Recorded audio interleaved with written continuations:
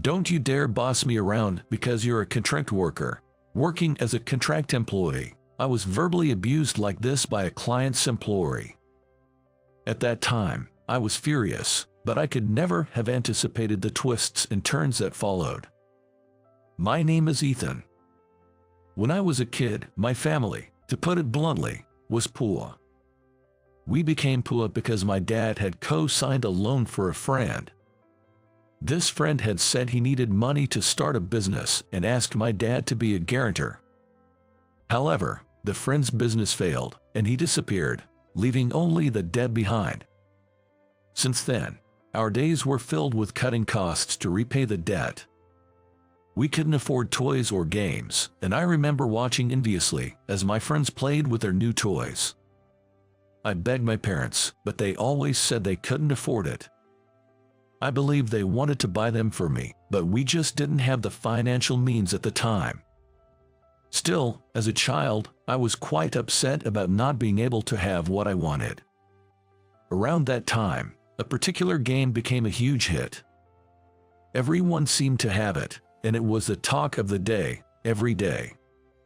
I desperately wanted that game and kept nagging my parents, but the answer was still no. Eventually, my frustration reached its peak, and I yelled, "Why won't you buy it for me? You're so stingy."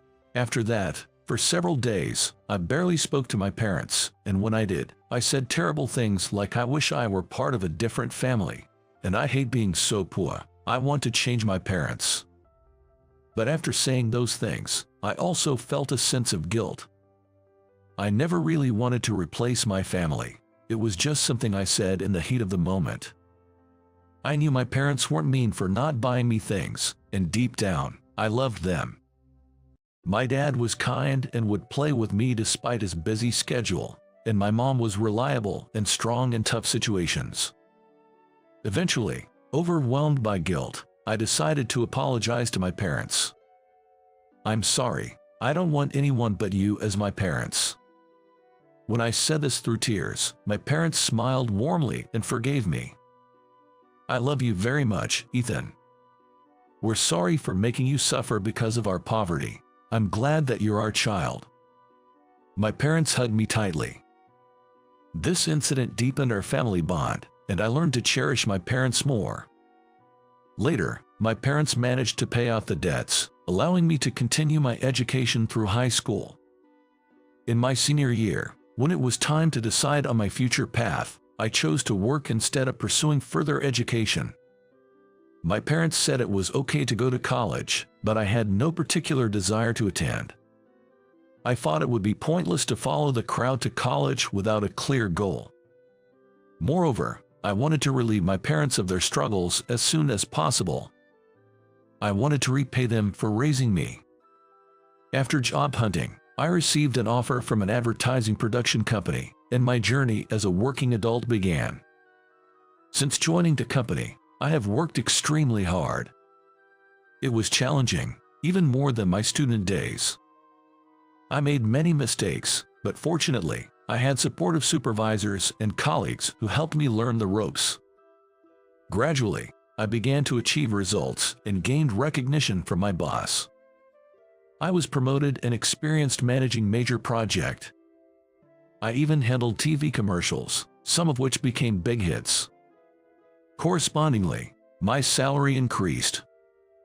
On the personal front, life was fulfilling too. Firstly, I could buy gifts for my parents with the money I earned. They both teared up with joy when I bought them brand-name bags. Additionally, I reconnected with my high school classmate, Madison, at a reunion, and we began dating. 2 years into our relationship, at Christmas, I proposed and we decided to get married. I was busy with work and couldn't pay much attention to Madison after marriage, but she never complained and was understanding. She was proactive in household chores, which was a big help. Thanks to her support, I could focus on work and successfully led several big projects. My life was going smoothly. However, decades after I started working, our company was acquired by a multinational corporation. This led to staff reductions, and voluntary retirement was offered. I considered raising my hand. Having worked non-stop since high school, I felt the need for a break. I thought I deserved a rest after all the hard work. Above all, I wanted to spend more time with my wife, Madison. Due to my frequent overtime and weekend work, we hardly spent time together. She must have felt lonely. Yet, she always cared for me, and I wanted to spend quality time with her. With sufficient savings and Madison's support, I decided to retire. Post-retirement life was relaxed and different. We decided to go on a hot spring trip, staying at a scenic mountain hotel in Colorado. The cuisine and hot springs were excellent, offering a refreshing experience. Back from the trip, I started helping with household chores, which I previously couldn't assist with. Cleaning and doing laundry together as a couple turned out to be surprisingly fun. Especially cooking was enjoyable, and planning meals while shopping together became our daily routine. Madison was happy, saying, "I never knew spending time together as a couple could be this enjoyable." We also visited my parents, helping them with chores and taking trips together. My aging parents seemed rejuvenated with my frequent visits. I was enjoying my post-retirement life, but after about 2 years, the desire to work again grew strong. While leisurely living had its merits, I craved the structure that work provided. However, I didn't want to return to the grind. Valuing family time, I wasn't interested in full-time work. Part-time or contract work seemed ideal. Madison agreed, saying, "You've had enough rest, and as long as you balance family time, it's fine." Thus, I began job hunting and eventually joined an electronics manufacturer as a contract employee. As a contract worker, I was assigned simple administrative tasks and errands. But I was happy to be working. Even small tasks contribute to someone's work. Being able to help in any way is gratifying. Madison noticed my renewed energy, saying, "You seem more vibrant since you started working again. Work really suits you." One day, an unusual task came up. I was asked to attend a negotiation with a component manufacturer. They specifically requested me, and it was a meeting for a new product developed jointly by our company and theirs. I accepted, seeing it as a chance to utilize my expertise from my advertising days. Not only the manufacturing process, but also how to promote the product was on the agenda, offering an excellent opportunity to apply my previous knowledge. Eagerly, I thoroughly reviewed the pre-meeting documents that were provided. Then came the day of the negotiation. Together with a colleague, I headed to the designated conference room 5 minutes before the scheduled time. Upon entering, I found that the other party hadn't arrived yet. Expecting them to arrive soon, we waited, but even at the appointed time, they didn't show up. Just as I was wondering what had happened, an employee entered the room and informed us that the other party was running late due to a train delay. Train delays are unavoidable, so we decided to wait for their arrival. About 30 minutes later, the representatives from the component manufacturer rushed in. He appeared to be in his 20s, a very young man. His name was Hayden. He was a recent appointee in charge of our company. A bitter feeling spread in my mind.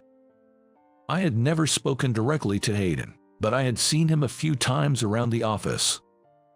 He was in negotiations with one of my colleagues, and I remember him being condescending and blaming my colleague. "Why can't you do something that simple? This is the problem with employees from low-tier colleges," he had said.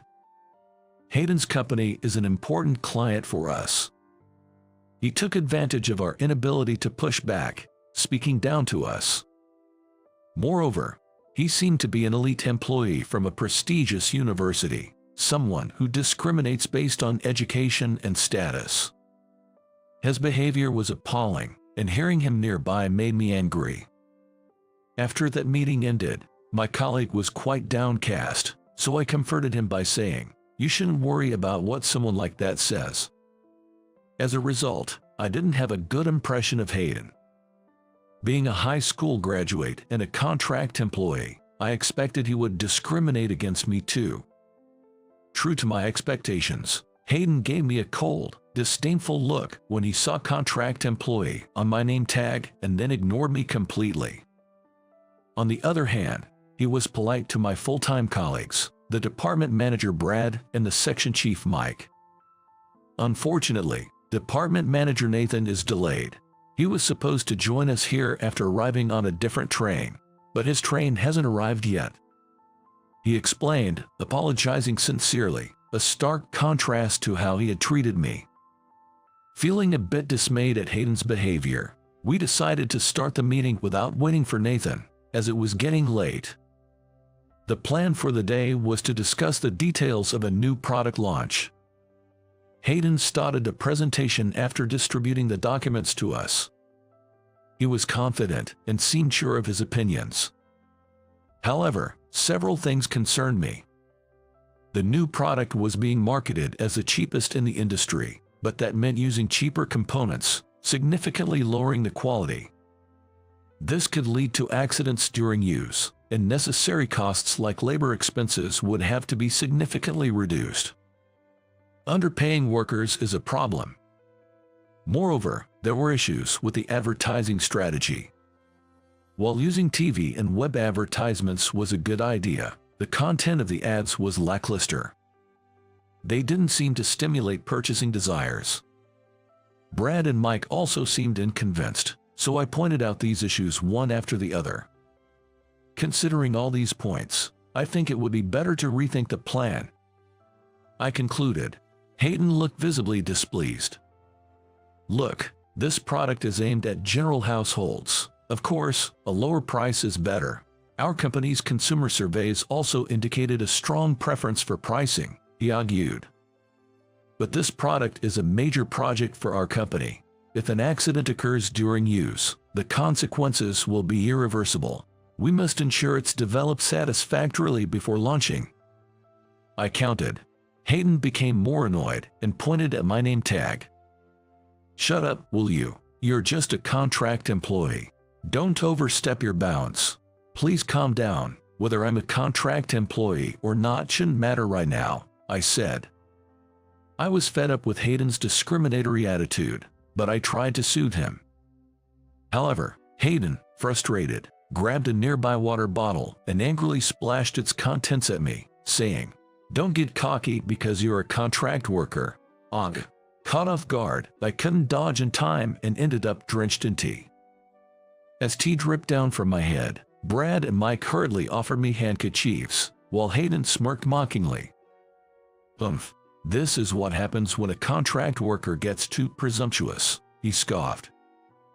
That's too much. He's gone too far, I thought. I wanted to yell, but he represented an important client. So, I held back my anger. Just then, the door to the meeting room opened and Nathan walked in. "I'm terribly sorry for being late. What exactly is happening here?"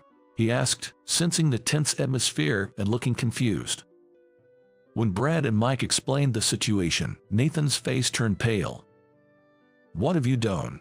Apologize immediately," he scolded Hayden, but Hayden was still mumbling, "But he's just a contract employee." Nathan then revealed a shocking fact to Hayden. "Listen, Ethan here previously worked at an advertising agency and had created a commercial for our company. Yes, the one that's still airing," he said. Hayden's eyes widened. "What? He made that commercial?" "Yes. As you know, that commercial became a huge hit and significantly raised our company's profile. The profits it generated are immeasurable. That's where everyone in our company, including President Thompson, respects Ethan. He's a hero to us. We invited him here today, expecting valuable advice," Nathan explained. Realizing the gravity of the situation, Hayden looked completely flustered. "Ethan, Hayden is new to our company and was unaware of your background. I'm truly sorry for his behavior," Nathan said, attempting to apologize more, which I quickly stopped. Hayden, reversing his earlier attitude, and apologized. "I'm sorry. I had no idea you were such a remarkable person and was disrespectful, he admitted. I couldn't help but smile wryly at his drastic change. Yet, since he apologized, I chose to forgive him. Hayden, let's let this go. It's common to make mistakes when young. I too made many when I was younger, I remarked. Hayden's face showed relief. Then, looking at him, I added, however, judging people by their education or position isn't right. True value lies within a person. Aim to be great in character, not just in education. Hayden nodded solemnly. I was raised in a family that valued academic achievement and always thought that people with high education or status were remarkable. But this incident has shown me that I was wrong. From now on, I will properly engage with people, he said. Hearing this, I felt a sense of relief. He would surely grow in the right direction from now on. Looking again at the documents, I said, Hayden, your documents are very well prepared, and your explanation was clear. The strategy of creating a low-cost product and using web advertisements is not wrong. With some revisions, it could be a great plan. Hayden's face brightened. Understood. I'll make the necessary corrections before our next meeting, he replied. Later, I learned that Hayden was demoted and couldn't be promoted for some time. He was being strictly trained under Nathan. A month later, we had another meeting. Hayden apologized again for his previous misconduct and presented a revised plan. The new content was significantly improved. The product, utilizing new materials, achieved cost reduction without compromising safety, greatly enhancing its safety features. This way, we can confidently launch it in the market. The content of the advertisement was also problem-free. In fact, I had provided various pieces of advice regarding this. Hayden took them seriously. He himself had studied advertising in depth, resulting in a campaign that would surely resonate with consumers.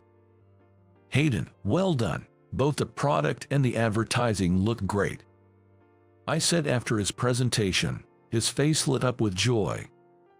Thanks to you, Ethan. I'll keep working hard for the success of this project, he said, his eyes clear, showing his sincere change of heart. Accepting mistakes, facing oneself and others, and growing from them, that's what life is all about, I realized.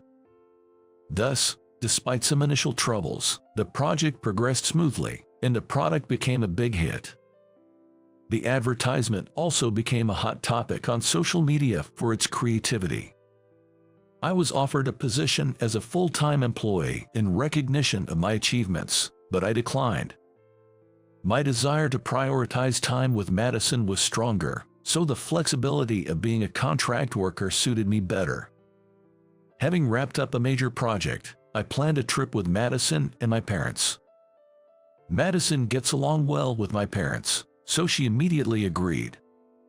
It had been a while since our whole family traveled together, creating joyful memories. We decided to make such occasions a regular event. I was furious when Hayden splashed tea on me, but I'm glad things turned around positively. It was a refreshing reminder of the joy of working. However, for me now, my family, including Madison, is more important. My ability to come this far in life is thanks to my family. For the rest of my life, I intend to cherish the time spent with my family. My name is Michael, and I'm 34 years old. Yet, I'm still not married and don't even have a girlfriend. I wasn't popular in middle school, and that didn't change in high school either. In contrast, my high school classmate, Alex, in the same class, was extremely popular. He was athletically gifted, academically strong, and handsome. Plus, being over 6 feet tall made him irresistible to the girls. Despite the school's ban on bringing chocolates on Valentine's Day, girls broke that rule for Alex. His locker was so stuffed with chocolates from the girls that it was almost like an avalanche. Whoa, look at all this chocolate again this year. Well, I am pretty cool and popular, so it can't be helped. But what am I gonna do with all this chocolate? I might get her nose bleed. Being a popular guy is tough. That's a lot, isn't it? Haha, impressive, right? Or how about you? I guess 0 for me again this year. Well, that figures. If a girl gave you chocolate, she must be pretty odd. I'm this popular, but I can only love one girl. Ha ha ha. Alex, aware of his popularity, spoke in a somewhat arrogant manner. His laughter made me feel somewhat uncomfortable. Sure, it's my fault for not being popular, and there's no use in vying others. But being blatantly mocked like that was still unpleasant. In our senior year of high school, everyone started thinking seriously about their future. I wanted to go to university, but my family was quite poor.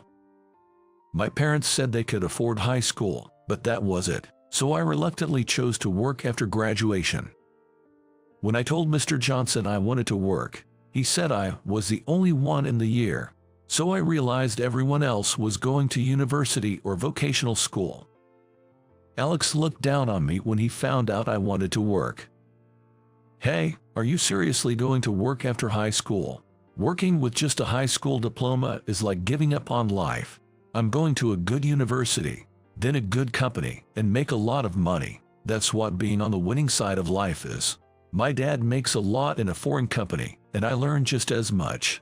Oh, my family could barely afford high school, let alone university. That's why I'm working. I thought your family was poor, but I didn't know they couldn't even send you to university. But there are scholarships, you know. Well, scholarships are basically loans, and I don't want to go that far. If I ever want to study further, I'll think about it then. My parents are fine with whatever I study, even if I go to grad school. It's different in a family that makes money. You're unlucky. Being poor and unable to afford university. Well, you're not that smart, so even with the money, it might have been impossible. I was close to snapping at Alex's words. But fighting or yelling would be pointless and take too much effort, so I let it go. He always looked down on and mocked someone, especially targeting me. Because my family was very poor. My family was a father-son household. My dad was often sick and couldn't work much. My mom apparently had affairs when I was a kindergartner. Dad found out about the last affair, but it seemed she had done it many times before. Eventually, Dad became mentally ill, but he couldn't leave me with Mom, so he took me in. Later, he often fell and started missing his part-time jobs. He worked part-time because he was laid off from his previous company. Since then, he couldn't find a steady job and ended up doing part-time work as if it was his main job. Mom was a housewife and had no money, so she didn't pay any child support. I kept meeting her afterwards, but honestly, I didn't want to. She always smelled of cigarettes and alcohol and always asked me for money when we met. I started working in high school to help Dad, but since I earned for the house, I didn't give any to Mom. Then she would leave in a very bad mood, making me not want to meet her anymore. Despite this dark past, I'm enjoying life now. Work is busy, but I find it fulfilling every day, and I'm glad I chose this path. One day, while looking at my phone, I got a call from Alex. Hey, are you free right now? Not exactly free. I just got home, but I guess I have some time. What's up? Hey, I was thinking of having a small mixer soon. It's just a few people, but will you come? 2 guys and 2 girls. It'll be fun, right? You seem like you're always free. I'm not really free. But when is it? It's a bit sudden, but how about this Saturday, the day after tomorrow? The place is a creative bar in New York called A Kitchen. Starts at 6:30 p.m. Sure, I'm free, but why me? Alex, don't you have more friends? Well, I needed someone perfect for the role of a wingman. I thought, who's the lowest educated and most likely to be the butt of jokes? And, well, it was you. What? Come on, you're fun to tease. Other guys wouldn't make a good joke, and to highlight my handsomeness, you're just the right pick. So, count on you. Wait a minute. And with that, Alex hung up the phone. Indeed, I was on the plainer side, so he probably planned to tease me about that. And since my family was poor, he might have intended to make that a topic of humor too. Most of the guys from our high school class were fairly good looking. So, he probably thought if he invited them, they might get more attention than himself. I thought it was incredibly rude of him to invite me just to make himself stand out. Though he was always a rude person in high school, I was still disappointed to see he talked like that even as an adult. I had hoped he would have grown out of such pettiness by our 30s, but I was wrong. It was foolish of me to think he might have called with something genuinely good. Come Saturday, I headed to the designated creative bar. It was quite stylish, certainly a place that would appeal to women. As I entered, I saw Alex and the women already seated. "You're late, man. What were you doing?" "Well, I forgot my wallet at home and had to go back for it. I only had my credit card on me." "So clumsy. Well, sit down. The beauties have been waiting. You really haven't changed since high school. Always such a klutz." "Sorry about that. Oh, sorry I'm late." "It's okay. No problem." "All right, let's order drinks. I'm getting this white wine. I'm quite picky about wine. Haha, a man of taste knows his drinks." "I'll have this." "I'll take a margarita." "And I think I'll have this red wine. It looks sweet." Then the drinks were served. Next, caprese, fritters, and other dishes arrived, so Alex suggested we start introductions. I thought it was a bit late for that, but okay. It's better not to say anything to him or he'll just complain, so I stayed quiet. "All right, everyone, time for introductions. Let's start with the ladies. You both are so beautiful." "Oh no, we're not that pretty." "Yeah, just average." "Stop being so modest. Let's start with you, you with long hair." "Oh, me. I'm Emily. I work at a psychiatric clinic. I'm 26. "Oh, a psychiatric clinic. You must be kind. People say that, but I don't know." "And how about you with semi-long hair?" "I'm Christina. I work at the same psychiatric clinic as Emily, and we're the same age. We actually went to the same university and ended up working together." "That's amazing. Are you two good friends?" "Yeah, we get along well. We still go shopping together and stuff." "Right, we're close. We both don't have boyfriends, so we hang out together a lot." "Nice. Maybe I'll join you next time." Well, that's a bit. Where would you go with a guy tagging along? How about a swimming pool? Hee hee." Wow. The women were clearly repulsed.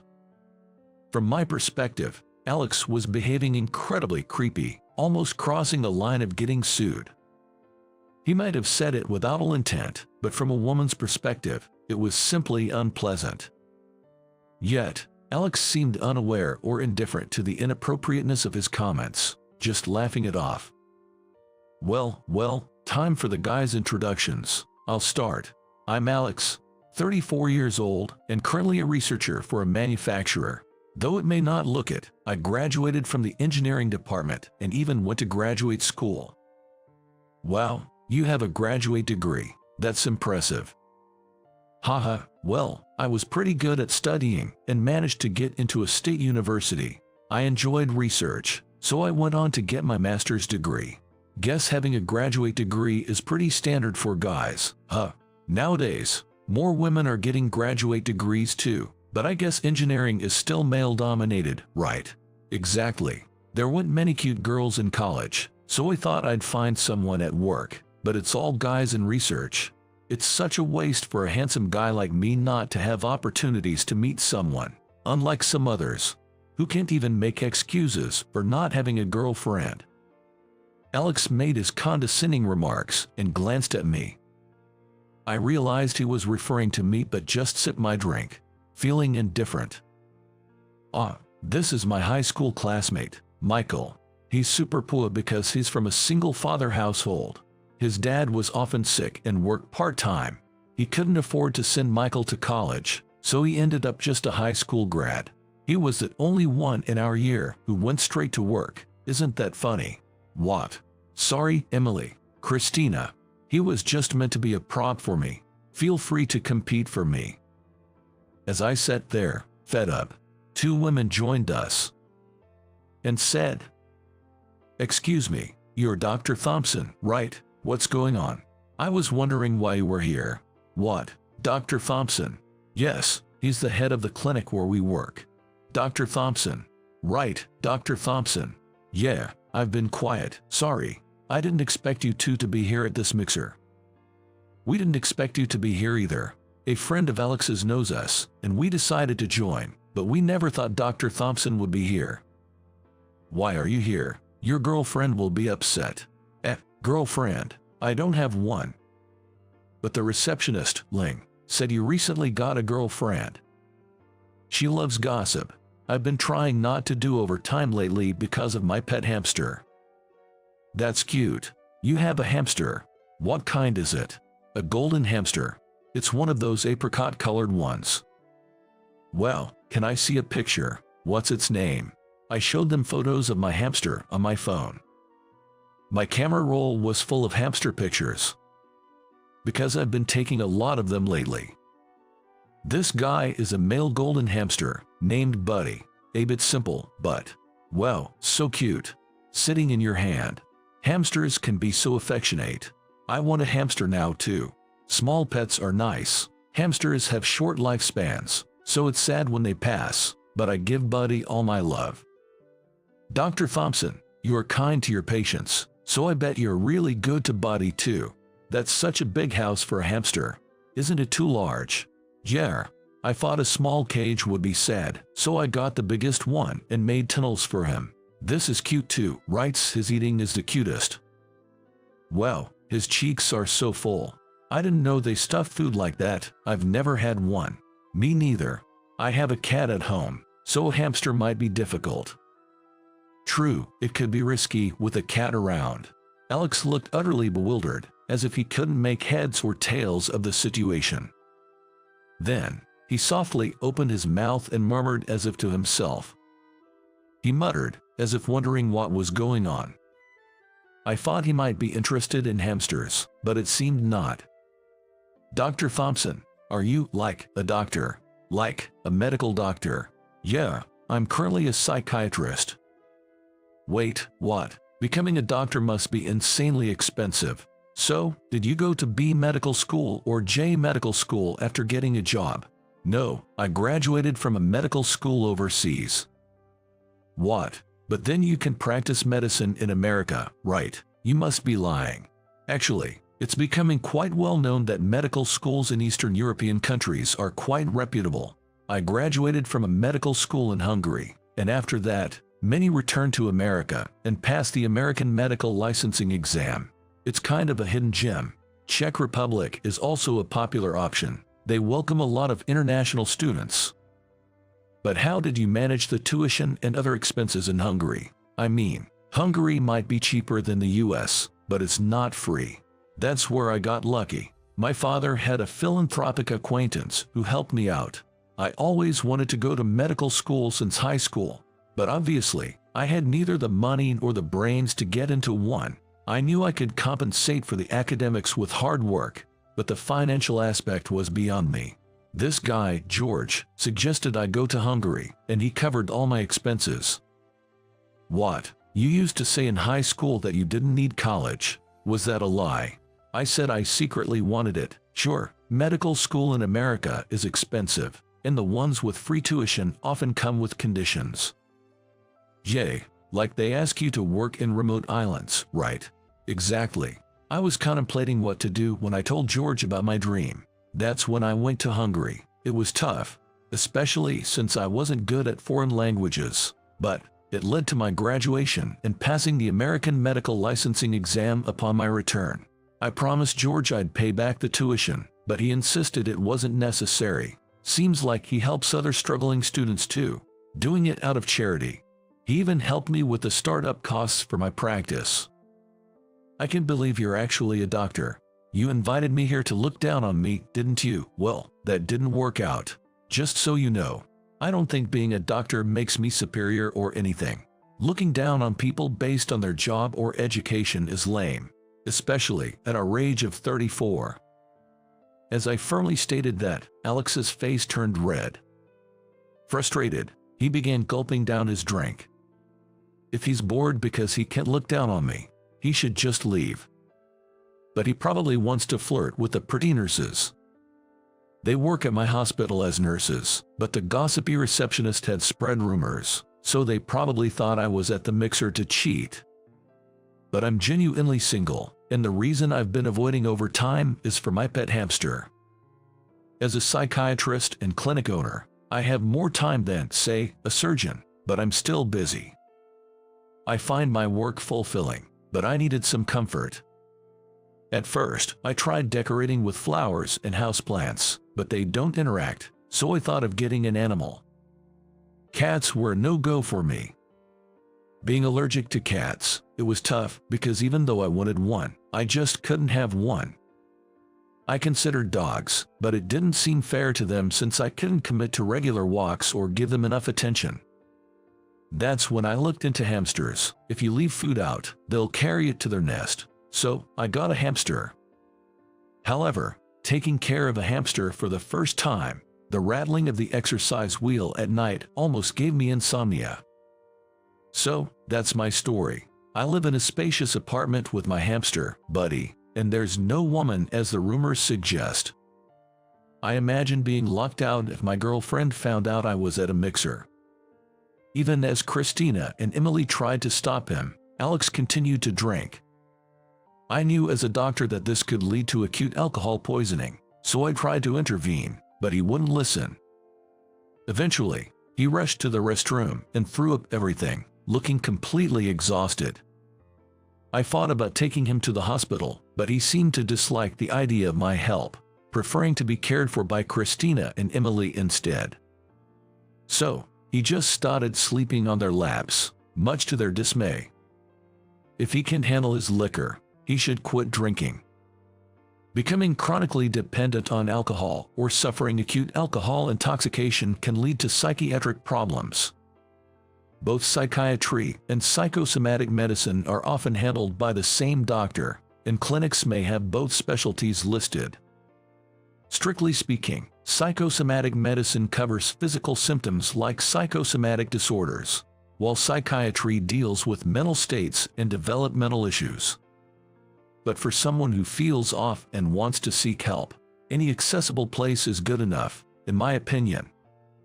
My father started to show signs of psychosomatic illness, or what seemed like depression, after he fell. This experience made me want to become a doctor one day to help people suffering from such illnesses.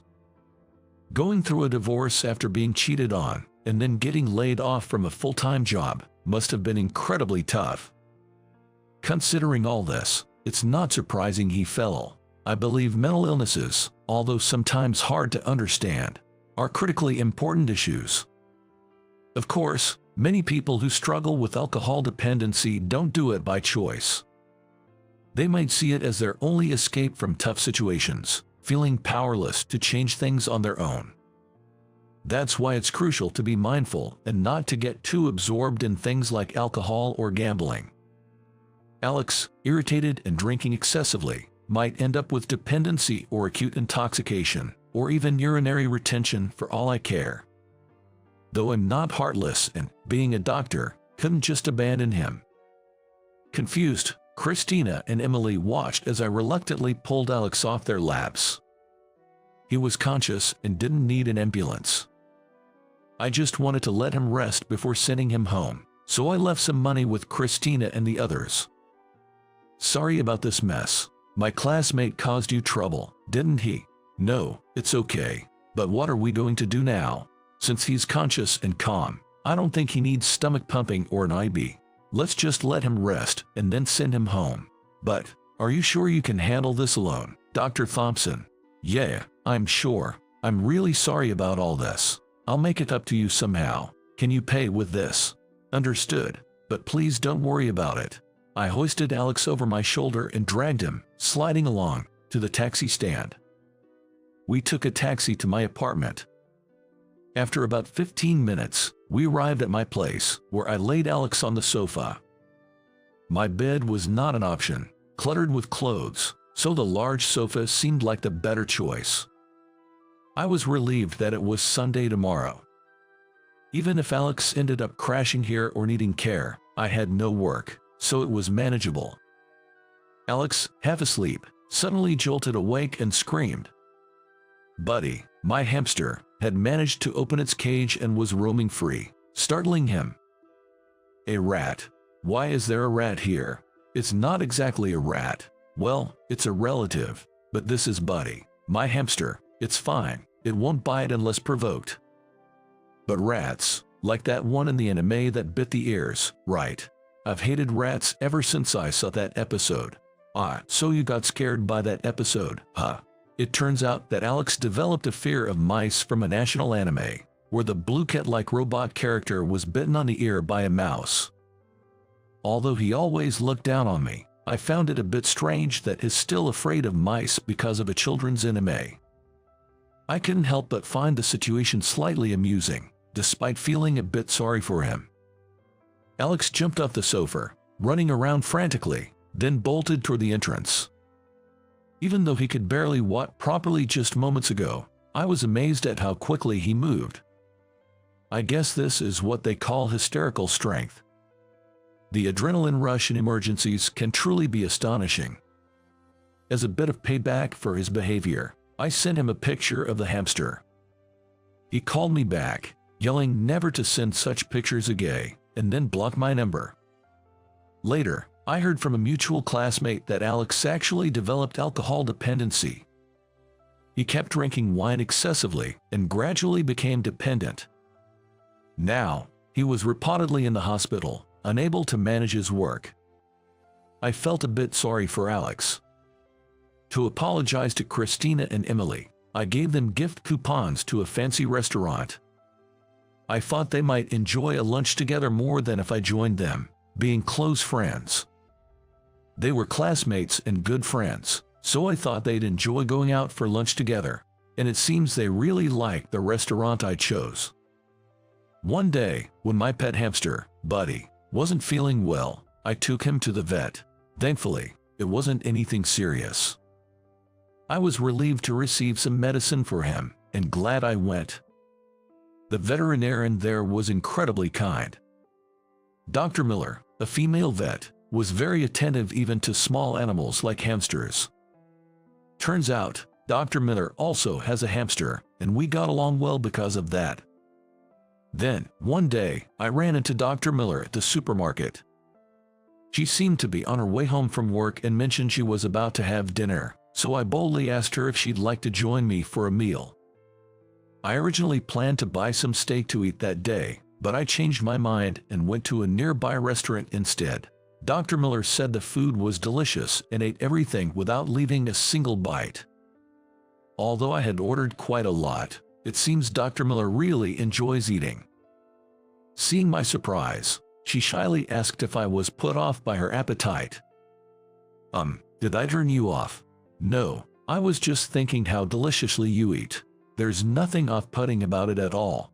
That's a relief. I'm actually a big eater, and I even held back a bit today. Oh, and of course, I wasn't expecting you to treat me today. I'll pay, especially since I ate most of it. No, please don't worry about it. I find people who enjoy their food to be quite attractive. Really, I've actually been worried about it since I was young. I'm thin, but I eat a lot, so since middle school, people suspected I must be ill. Well, you know, there are mental and gastrointestinal conditions where people don't digest food well, but I think people were probably just envious. If you can eat healthily like that, then that's great. Yes, I'm completely healthy. I just love eating and cooking. It's great to make my own food and savor it. Would you like to try my cooking sometime? Yeah. If it's okay with you, I'd like you to taste test my cooking. I've been practicing French cuisine. French cuisine, that's impressive. I'd love to. I might not be able to give great advice though. I grew up in a pool household, so I'm not really good at telling good flavors from bad. Oh, and I don't mean that I'll say your cooking is good even if it's not. Please don't misunderstand. I genuinely can't discern subtle flavors. I'm not looking for a professional critique or anything. I just want someone to enjoy my food. So, I ended up visiting Dr. Miller's house on my next day off. Her Hungarian hamster, Max, was there. While I was admiring its small and cute form, Dr. Miller began cooking. The aroma was so delightful that it made me ravenously hungry. It was my first time being invited to a woman's house, and I was quite nervous and excited. But then, I wondered if Dr. Miller might have feelings for me, which made my heart race. The finished dishes looked like they were made by a professional, and I was drooling in anticipation. Even though I became a doctor and started earning well, I grew up poor and still have frugal habits, like buying cheap, ready-made meals. I've never been to a fancy restaurant or a chic bar with a woman, so I was taken aback by the appearance of such sophisticated dishes. Are they not looking delicious enough? I guess French cuisine made by an amateur like me doesn't seem very appealing. No, they look amazing. Just by the look, I can tell they're delicious. This is restaurant-level stuff. Can I eat? Yes, please try them while they're warm. Wow, oh, this is delicious. I've never had anything this good. Oh, Dr. Thompson, you're quite the exaggerator.